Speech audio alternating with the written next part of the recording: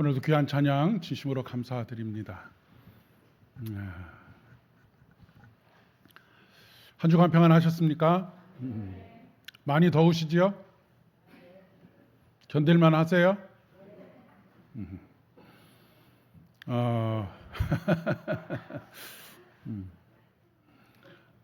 특별히 어르신들은 물을 많이 드셔야 합니다.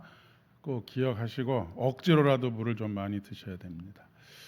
왜냐하면 어르신들은 그 몸의 변화를 잘 느끼지를 못하시기 때문에 탈수 현상이 일어나도 그거를 금방 이렇게 느끼지를 못하시니까 어떻게든지 주기적으로라도 물을 많이 드셔서 이 뜨거운 여름 잘 지나갈 수 있었으면 좋겠습니다. 지난 한 주도 참 뜨거웠는데 이번 한 주도 만만치가 않은 것 같습니다. 태풍 이름이 참 이쁜데 고약해요. 태풍이 돌핀이라고 하는 돌고래를 의미하는 것인데 이게 중국 쪽으로 꺾느냐 동남아시아 쪽으로 꺾느냐에 따라서 우리나라의 영향이 굉장히 크다고 합니다. 중국 쪽으로 꺾으면 지금보다 훨씬 더 더울 거라고 그렇게 이야기를 하는데 제발 오른쪽으로 꺾지 말고 왼쪽으로 꺾으라고 기도하시면 좋겠습니다. 지난주에 장마가 끝났습니다. 그 지난주죠. 예년보다 장마가 한 5일 정도 짧았다고 하는 이야기를 하는데 우리나라에 비가 내리는 양상도 참 많이 달라지고 있습니다. 옛날에는 장마하면 야 지긋지긋하다라고 생각할 정도로 아침부터 저녁까지 계속 비가 내렸는데 요즘은 우리 김포만 그런지는 몰라도 한두 시간 막 어마어마하게 쏟아붓다가 조금 비가 이렇게 소강 상태에 있다가 다시 쏟아졌다가 하는 그 동남아시아에서 주로 일어나는 스콜 현상들이 자꾸 일어나고 있는 것 같습니다. 우리나라 날씨가 그렇게 되어져 가고 있다라고 할 수가 있겠죠. 한참 비가 올 때 그 뚝방길에 한강을 차를 타고 이렇게 쭉 지나가다 보면 다른 날도 조금 그렇지만 바닷물이 막 만조 시간에 밀고 올라오고 탁한 막 완전히 흙탕물이 된 그 물이 막 수위가 높아진 것을 확연하게 느낄 때 조금 많이 두려운 마음도 들기도 합니다. 예전에 우리 김포 지역이 많이 그 잠겼었다는 이야기도 듣고요. 우리나라 같은 경우에는 치수를 참 잘해서 이제는 그런 경우들을 뭐 전혀 없는 것은 아니지만 그렇게 쉽게 찾아볼 수는 없는데 그렇지 못한 나라들에서는 홍수가 나면 강물이 범람하고 뚝이 무너지고 그 무너진 물들이 온 마을을 다 뒤덮게 되는 그런 일들이 비일비재하게 일어나고 있습니다. 그런데 참 아이러니하게도 이렇게 온 천지에 물이 가득할 때에 오히려 먹을 물이 없다라고 하는 우리나라의 속담이 있죠. 왜냐하면 물이 오염이 되게 되면 그 물을 먹고 오히려 그 큰 질병을 얻을 수 있기 때문에 그렇습니다.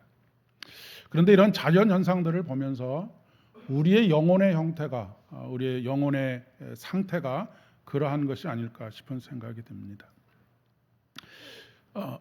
현대를 한마디로 이야기하면 대량 생산과 대량 소비의 시대이다라고 그렇게 이야기할 수 있습니다.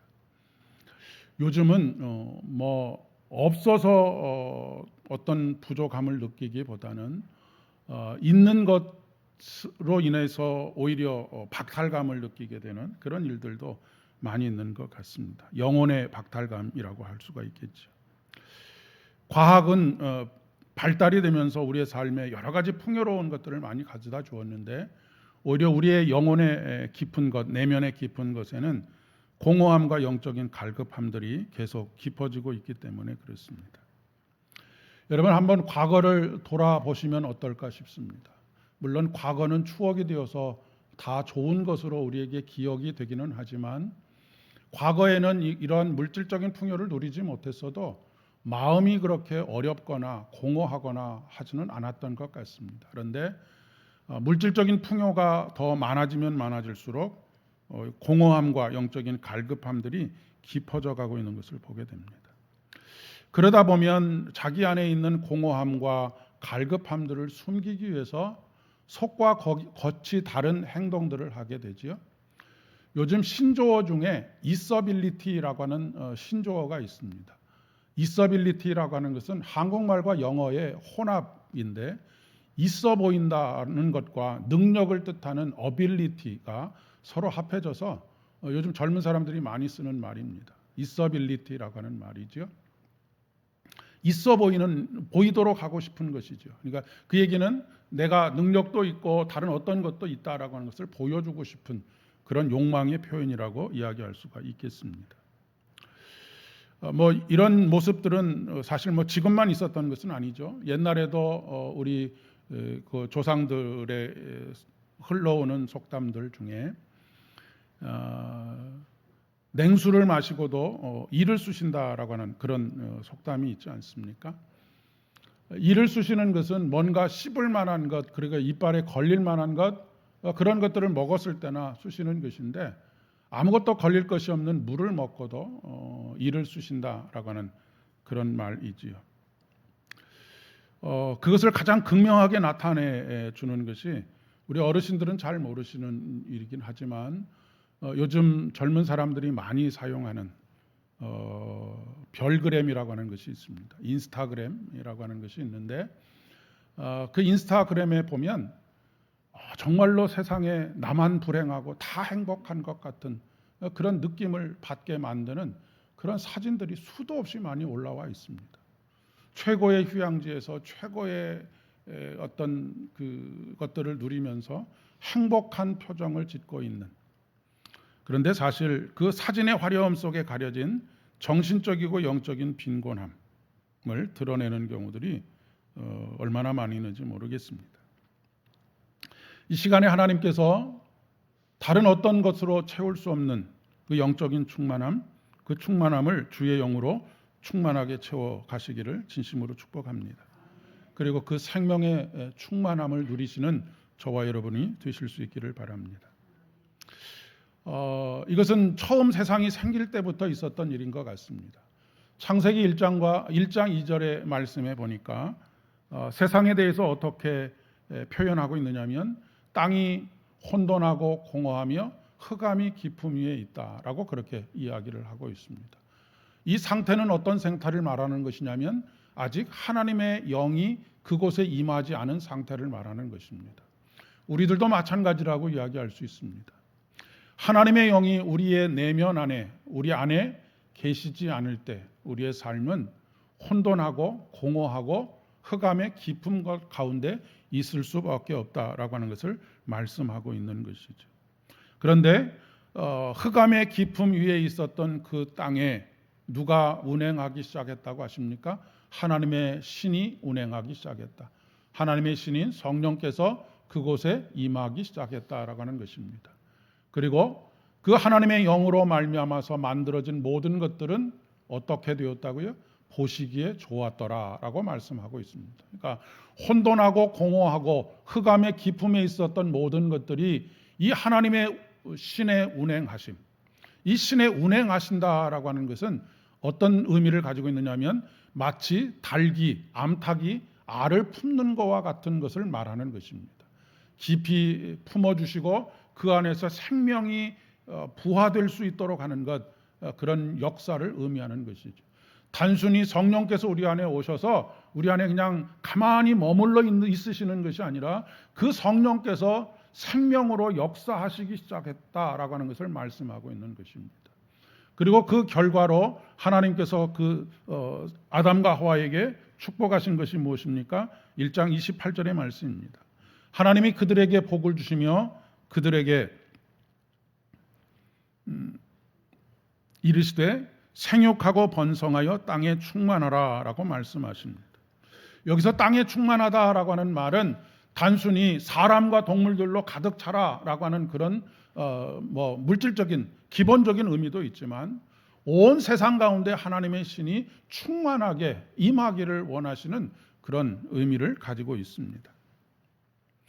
아모스 선지자는 그 시대에 오늘날 우리가 들어도 크게 경각심을 가져야 할 말씀을 하고 있습니다.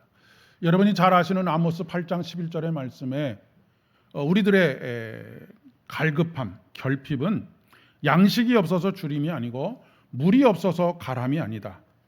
우리의 결핍은 하나님의 말씀이 없는 결핍이다라고 그렇게 말씀하고 계십니다. 청소년의 시기를 질풍노도의 시기라고 그렇게 이야기를 합니다. 청소년의 시기는 혼돈의 시기이지요. 어디로 가야 할지, 내가 무슨 일을 해야 할지, 내가 뭘 좋아하는지, 내가 뭘 잘하는지를 알지 못하는 시기입니다. 이런 시기에 지난 한 주 3일 동안 우리 아이들에게 수련회를 통하여서 그들이 경험하기를 원하는 것이 무엇인가? 그것은 바로 하나님의 영이 그들에게 임하시고 그들이 가야 할 방향을 그리고 해야 할 일들을 깨닫게 하시는 그런 과정 속에 있기를 원하는 그런 마음으로 수련회를 하는 것이죠. 그런데 이것은 청소년들만의 문제는 아니다라고 그렇게 생각이 됩니다. 청장년들의 문제이기도 하고 노년의 문제이기도 합니다. 왜냐하면 우리 모두는 다 처음 그 길을 가보고 있기 때문에 그렇습니다. 청소년의 시기가 혼돈의 시기인 이유는 아직 가보지 않은 길이기 때문인데 청장년의 시기도 마찬가지고 노년의 시기도 마찬가지입니다. 여러분 70년의 인생을 살았습니다. 그런데 71년째 되는 인생은 한 번도 살아보지 못한 인생입니다. 처음 살아보는 것이죠. 그러니 그 길도 낯설기는 마찬가지입니다. 새롭기는 또 마찬가지인 것이죠. 그렇게 낯선 길을 가기 위해서는 가다 보면 우리의 미숙함이 드러날 수밖에 없는 것입니다. 그러면 혼돈하게 되는 것이죠. 그런데 이 모든 길을 먼저 가보신 분이 계십니다. 그분이 바로 우리 주님이신 예수 그리스도입니다. 우리 주님께서는 인간들은 한 번도 가보지 못한 그 길을 걸어가셨습니다. 그 길은 어떤 길이냐면 바로 죽음을 이기시고 승리하신 길입니다. 인간은 죽음으로 인하여서 더 이상 나올 구멍이 없는 그 길 속으로 들어가고 말았습니다. 거기서 길을 잃어버리고 말았지요. 하지만 우리 주님께서는 그 문을 여시고 다시 일어나셨습니다. 그리고 우리에게 생명의 길을 보여주셨습니다. 그리고 우리에게 그 길을 따라오라고 말씀하고 계시는 것이죠. 여러분, 하루하루 사는 것이 행복하십니까? 표정들이 행복하지 않으신 표정들이시네요. 행복하지 않으신 이유가 무엇입니까? 어떤 분은 여러 가지 문제들을 안고 있어서 풀어내지 못하는 그 문제들 때문에 행복하지 않다고 불행하다고 느끼는 분이 계실 것 같습니다. 어떤 분은 생각하는 것만큼 쓸 돈이 없어서 불행하다라고 느끼는 분들도 계실 것 같습니다. 우리 인간이 누리는 행복이라고 하는 것은 외부로부터 오는 조건과 형편에 따른 행복입니다. 그렇지 않습니까? 돈이 없어서 불행하다고 생각하고 어떤 문제가 해결이 되지 않아서 불행하다고 생각합니다. 늘 외부의 어떤 사람들 때문에 불행하다고 생각할 수도 있고요. 이것이 인간이 생각하는 행복이고 추구하는 행복입니다. 그런데 성경은 그렇게 말하지 않고 있습니다. 신명기서의 말씀에 보면 신명기 33장 29절의 말씀에 보면 이스라엘이여 너는 행복자로다. 여호와의 구원을 너같이 얻은 백성이 누구냐라고 말씀하고 있습니다. 이스라엘아라고 하는 이 말 가운데 우리 각자의 이름을 한번 넣어 보실 수 있기를 바랍니다. 아무개야 너는 행복자로다. 이와 같이 여호와의 구원을 얻은 자가 누구냐라고 말씀하고 있습니다. 여기서 여호와의 구원을 얻은 사람이라고 하는 말은 단순히 수렁에서 건져 올렸다라고 하는 그런 의미만은 아닙니다. 그런 이례적인 사건만을 의미하는 것이 아니고 우리의 구원은 이미와 아직 속에 있습니다. 이미 구원하셨지만 계속해서 하나님께서 우리의 구원을 충만하게 하나님의 영으로 충만하게 완성해 가고 계시다라고 하는 것입니다. 물론 그렇다고 해서 처음 구원받은 것이 불완전한 구원이라고 하는 것을 말씀하는 것은 아닙니다. 그것은 완벽한 구원입니다. 그 구원은 취소되지 않는 구원입니다. 그런데 하나님께서 우리의 모든 삶의 여정들 속에서 우리 안에서 역사하시는 그런 삶을 살아가도록 매일매일 우리를 도우신다라고 하는 것입니다. 이런 구원을 얻은 사람이 누구냐라고 그렇게 이야기를 하고 있습니다. 왜냐하면 우리의 행복은, 그리스도인의 행복이라고 하는 것, 예수를 믿는 사람들의 행복이라고 하는 것은 외부의 어떤 조건과 형편에 의해서 좌우되는 행복이 아니라 우리 자신이 예수 그리스도를 믿음으로 말미암아 복의 근원이 되신 예수 그리스도로 말미암아서 이미 행복한 존재, 행복한 사람이 되었다라고 하는 사실로부터 출발하는 것입니다. 그러니까 우리가 행복자라고 하는 것으로부터 출발한다는 것은 다른 어떤 조건과 형편에 따라서 우리의 마음이 행과 불행이 좌우되는 것이 아니라 우리는 예수 그리스도와 함께 걸어가는 그 삶의 행복을 매일매일 누리면서 살아가는 사람들로 확정되었다라고 하는 것을 말씀하고 있는 것이죠. 제가 몇 번 말씀드렸던 것 같은데 시편 1편 1절의 말씀에 복 있는 사람은로 시작하고 있는 것을 보게 됩니다. 시편은 특별히 150편의 말씀 속에서 인간의 희노애락을 노래하고 있는 그런 책입니다. 그런데 이 시편 1편은 이 150편의 시편을 전체를 아우르는 주제라고 이야기할 수 있고, 그 주제의 가장 첫 번째 말씀이 뭐냐면 복 있는 사람은입니다. 성경은 복을 구하는 너희들아 라고 말하지 않습니다. 성경은 복이 필요한 너희들아 라고 말하지 않습니다. 성경은 이미 하나님을 아는 너희들은 복 있는 사람이다 라고 하는 것으로부터 출발하고 있다라고 하는 그런 이야기입니다. 그런데 수많은 사람들이 다른 복을 구하면서 사는 그런 사람들이 적지 않습니다. 그리고 그것으로 인해서 행복하다, 불행하다라고 말을 하지요.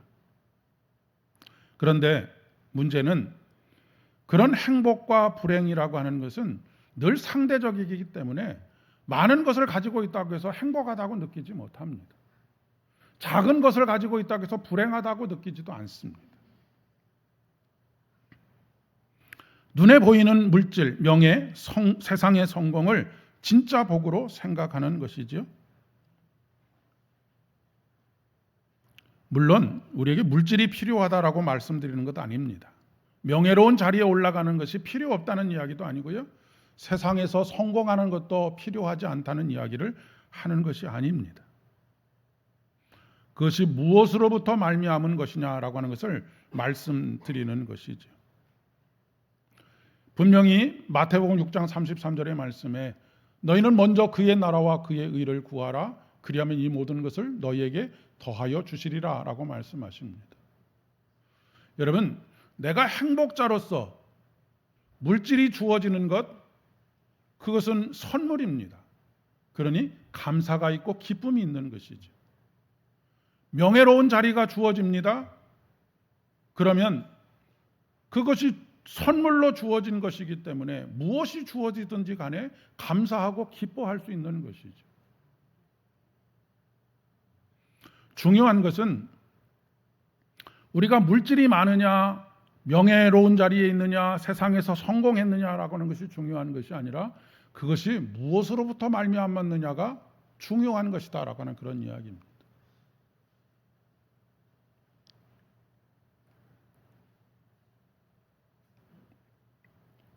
오늘 이사야 선지자가 이렇게 경고하고 있습니다. 너희가 어찌하여 양식이 아닌 것을 위하여 은을 달아주며 배부르게 하지 못할 것을 위하여 수고하느냐. 여러분, 양식이 아닌 것을 위하여서 은을 달아주고 배부르지 못하게 할 것을 위하여 수고하게 되면 남는 것은 불행하다라고 생각하는 것밖에 없습니다. 이 말씀의 역사적인 배경은 기원전 6세기 바벨론 포로의 말기입니다. 이스라엘 백성들은 고향 예루살렘으로 돌아갈 수 있는 기회를 얻었습니다. 하나님께서 미리 약속하신 70년 이후에 포로에서 귀환하실 것이다, 하게 할 것이다라고 하는 약속의 말씀을 철저히 지키셨습니다. 그리고 그들에게 예루살렘으로 돌아갈 수 있는 기회를 허락해 주었습니다. 이제 그들 앞에는 선택이 남아 있습니다. 여기 남을 것이냐, 아니면 예루살렘으로 돌아갈 것이냐, 갈림길에 서 있는 것이죠. 그런데 그 당시에 그 유대인의 인구가 얼마나 되었는지 정확한 통계는 알 수 없지만 추론해서 봤을 때 바벨론에 남을 것이냐 갈 것이냐의 선택의 기로에서 90%의 사람들이 바벨론에 남기를 선택했다라고 하는 것입니다. 그리고 10%의 사람들 정도만이 다시 예루살렘으로 돌아가는 길을 선택했습니다. 90%의 사람들이 바벨론에 남기를 결정한 이유는 너무 확실합니다. 사실 그 당시에 바벨론은 전 세계에서 가장 문화가 융성하고 경제적인 여건을 경제적인 풍요와 군사적으로도 강력한 군사를 가지고 있었기 때문에 그 안에만 있으면 어떻게든 삶이 보장된다라고 생각을 했기 때문에 그 안에 남게 된 것이죠. 근데 예루살렘으로 돌아가는 것은 전혀 다른 이야기입니다. 예루살렘으로 돌아가기까지 몇천 킬로를 발로 걸어서 가야 합니다. 가다가 어떤 위험을 만날지 모르는 그런 상황입니다. 그리고 예루살렘으로 돌아간다고 해서 예루살렘이 풍요롭고 모든 것이 갖춰져 있는 것이 아니라 성벽은 무너져 있고 매일매일 굶주림에 시달리는 사람들로 가득 채워져 있는 그 땅입니다. 만약 이런 선택의 기로에 여러분이 서 있다고 하시면 어떤 선택을 하시겠습니까? 쉽지 않은 일입니다. 목사인 저에게도 지금은 당당하게 이야기할 수 있을지 몰라도 정말로 이런 현실에 서 있게 된다면 어떤 선택을 할 것인가? 하나님의 은혜를 간구할 뿐입니다.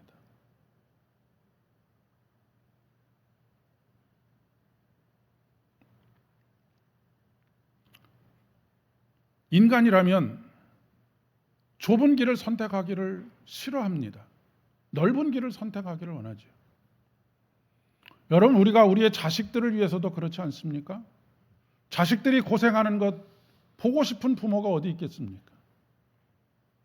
좀 적당히 눈 감고 풍요를 누릴 수 있는 그런 길을 걸어가기를 원하는 것이 부모의 심정이 아니겠습니까? 우리가 살아가고 있는 자본주의 체제 속에서는 더더욱이 그렇습니다. 어찌 보면 물질적인 풍요를 택하는 것이 당연한 일입니다.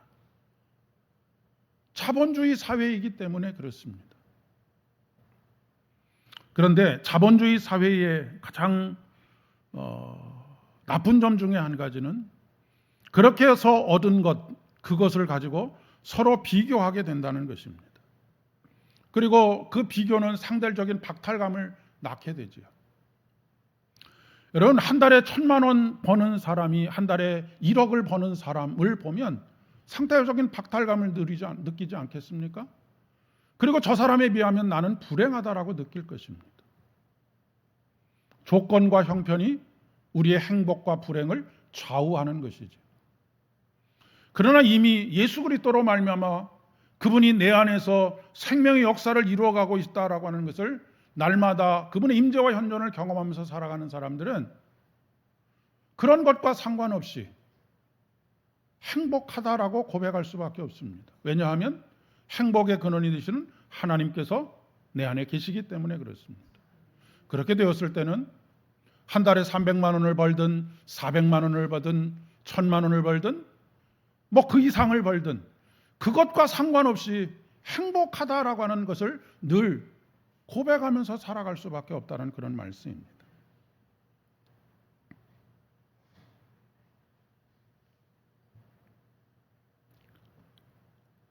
시편의 말씀에 그 포로에서 귀환한 사람들이 유대 광야에 와서 삶을 일구어 갑니다.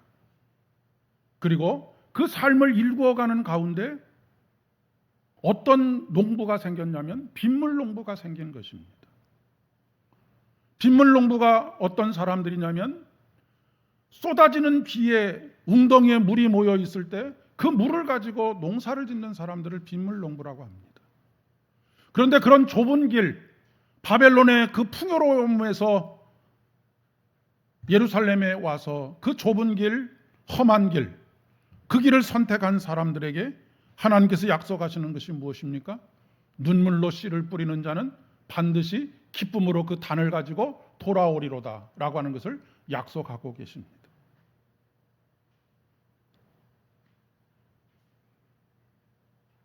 하나님께서 기뻐하시는 세상은 공평과 정의가 숨쉬는 세상입니다. 여기서 말하는 공평이라고 하는 것은 모든 것을 다 똑같이 나눠야 된다라고 하는 그런 공산주의의 공평이라고 하기보다는 가장 중요한 영적인 상태에서의 공평이라고 이야기할 수 있겠습니다.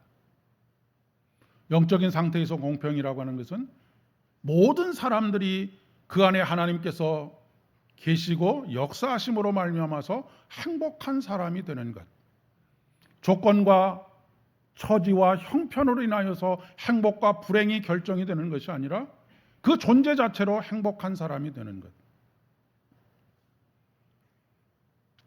오늘 복음서의 본문은 오병이어의 사건을 기록하고 있습니다. 물고기 2마리와 보리떡 5개로 5,000명이 먹고도 남았다라고 하는 것에 우리는 초점을 맞추곤 합니다. 그리고 그런 일이 일어나기를 기대하고 기도하기도 합니다. 근데 어떻게 보면 이것은 철저한 자본주의 논리이고 경제적인 논리에 불과하다라고 이야기할 수 있습니다. 우리는 너무나 당연하게 그렇게 생각하지만 그렇지 않다라고 하는 것을 성경은 말씀하고 있습니다. 본문이 말하고자 하는 것은 빈부와 귀천이 없이 모두 같은 것을 먹었다라고 하는 사실입니다. 여러분, 그 많은 사람들 중에는 지위가 높은 사람도 있겠고 명예가 있는 사람도 있을 수 있겠고 세상적으로 성공한 사람도 있을 수 있습니다. 세상적으로 성공한 사람이라고 해서 보리떡 5개와 물고기 2마리 이 음식을 같이 먹은 것이 아닌 것은 아닙니다. 그리고 또 그 안에는 분명한 차별이 존재했습니다. 남자만 5,000명을 먹었다라고 기록한 것은 그 당시에 여자들과 아이들은 숫자에 치지를 않았기 때문에 그렇습니다. 근데 남자들이 먹은 것과 여자들이 먹은 것이 다르지 않았다는 사실입니다.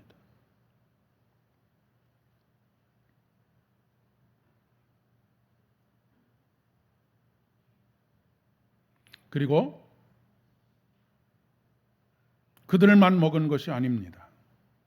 오늘 본문의 말씀에서는 12광주리가 남았다라고 그렇게 기록하고 있고 또 다음 장에 있는 본문에서는 7광주리가 남았다. 4,000명이 먹고 7광주리가 남았다라고 그렇게 기록하고 있습니다.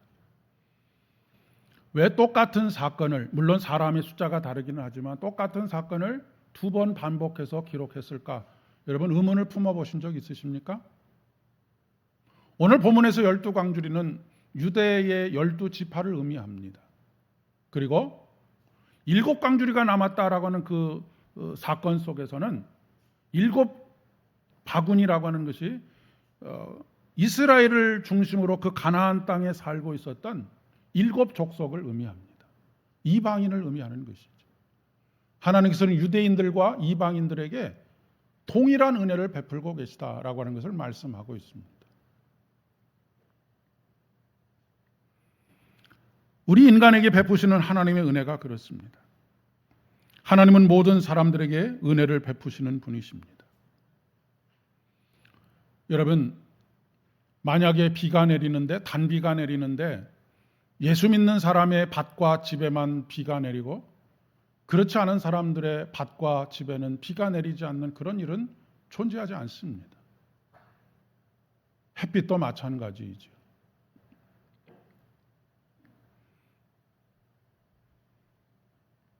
근데 여기서 한 가지 더 살펴보아야 할 것은 먹다 남은 것을 준 것이 아니라는 사실입니다.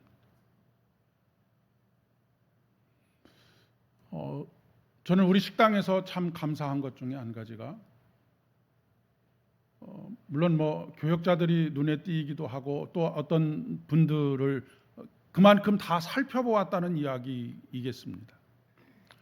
어떤 일로 인해서 조금 늦게 가면 먹던 것을 그냥 남아있는 것을 주시는 것이 아니라 남겨두었던 것을 주시는 그런 모습들을 보면서 참 은혜를 받습니다. 우리가 예전에 가족들 사이에서도 그렇죠. 아직 집에 들어오지 않은 가족이 있으면 먹었던 것을 일부 띄어넣어서 남겨두어서 그 가족이 들어오면 그것으로 같이 식탁을 하지 않습니까? 그래서 이름을 식구라고 하는 것이죠.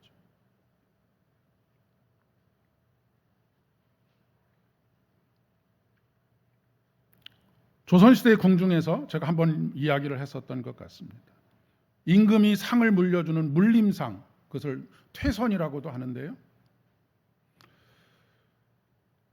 임금이 상을 물리면 그 상에 있는 음식들을 신하들이나 혹은 나인들, 궁중에 부엌에서 일을 하는 나인들이 함께 먹었다라고 하는 것입니다. 물론 임금이 은혜를 베풀었다라고 하는 의미도 가질 수 있겠지만 거기서의 핵심은 임금이 먹던 것들을 나인들도 함께 먹었다라고 하는 것에 있습니다.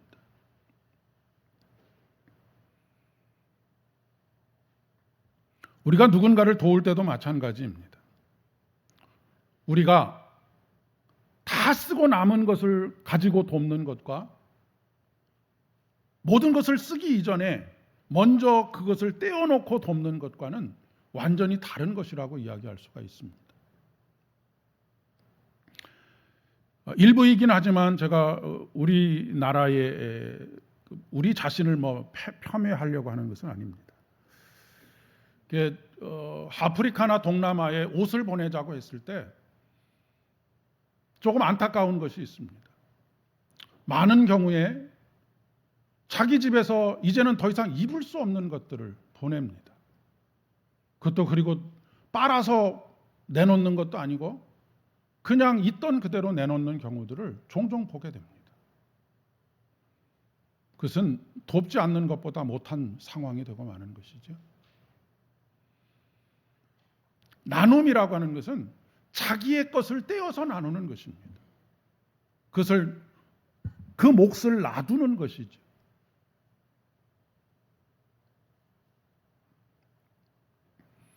우리가 시간이 있어서 누군가를 시간이 남아서 돕는 것과 그 바쁜 와중에도 시간을 떼어서 돕는 것,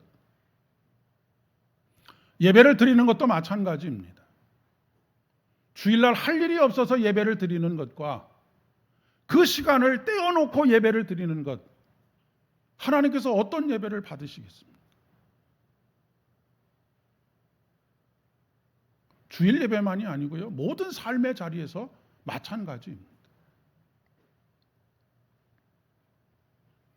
오늘 로마서의 말씀에 보니까 사도 바울에는 한 가지 고민이 있었습니다.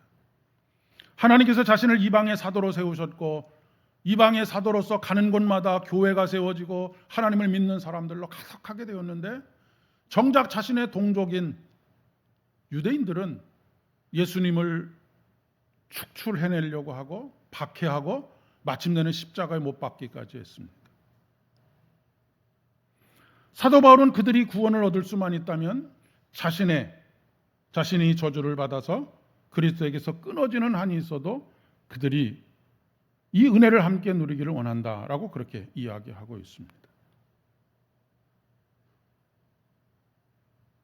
나의 가장 귀한 것을 내어놓을 만큼의 그런 사랑을 이야기하고 있는 것이죠.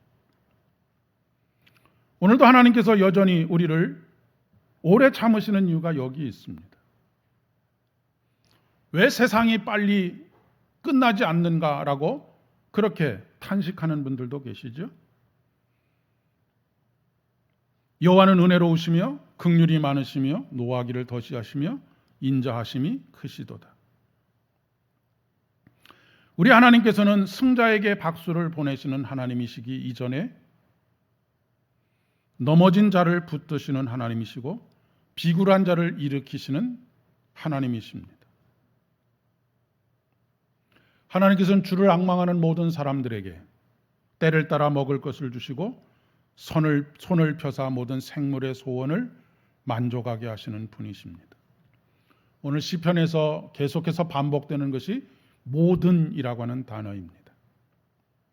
하나님께서 이 시간 이 예배를 통하여서 말씀을 통하여 인생에 넘어지신 분들을 붙들어 주시기를 진심으로 축복합니다.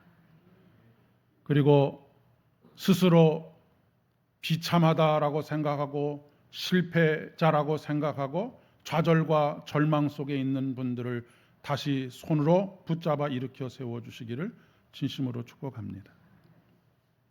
근데 여기서 중요한 한 가지가 있습니다. 이사야가 우리를 초대하시는 초대의 말씀입니다. 물러나오십시오. 돈이 없는 분들도 오십시오. 돈 없이 값 없이 와서 포도주와 젖을 사십시오. 왜요? 이미 예수 그리스도께서 대가를 치르셨기 때문입니다. 하나님의 말씀에, 약속의 말씀에 귀를 기울이십시오. 그러면 너희의 영혼이 살리라 말씀하십니다. 너희 자신들이 기름진 것으로 즐거움을 얻으리라 말씀하십니다. 사랑하는 여러분, 혹여라도 불행하다, 비참하다라고 생각되는 그런 생각 속에 살아가고 계시는 분들이 계십니까? 영혼의 갈급함과 혼돈 속에 헤매고 계시는 분이 계십니까? 물러나오시기를 바랍니다. 그리고 주님께서 주시는 기쁨과 즐거움으로 춤추는 저와 여러분 되기를 진심으로 축복합니다. 기도하겠습니다. 아버지 하나님, 은혜를 진심으로 감사드립니다. 오늘도 생명의 말씀이 우리 안에 들려지게 하여 주시옵소서. 들을 귀가 있게 하여 주시고 마음은 활짝 열고 우리 안에 내주하시기를 원하시는 주의 성령으로 충만케 하여 주옵소서. 예수님의 이름으로 기도드립니다. 아멘.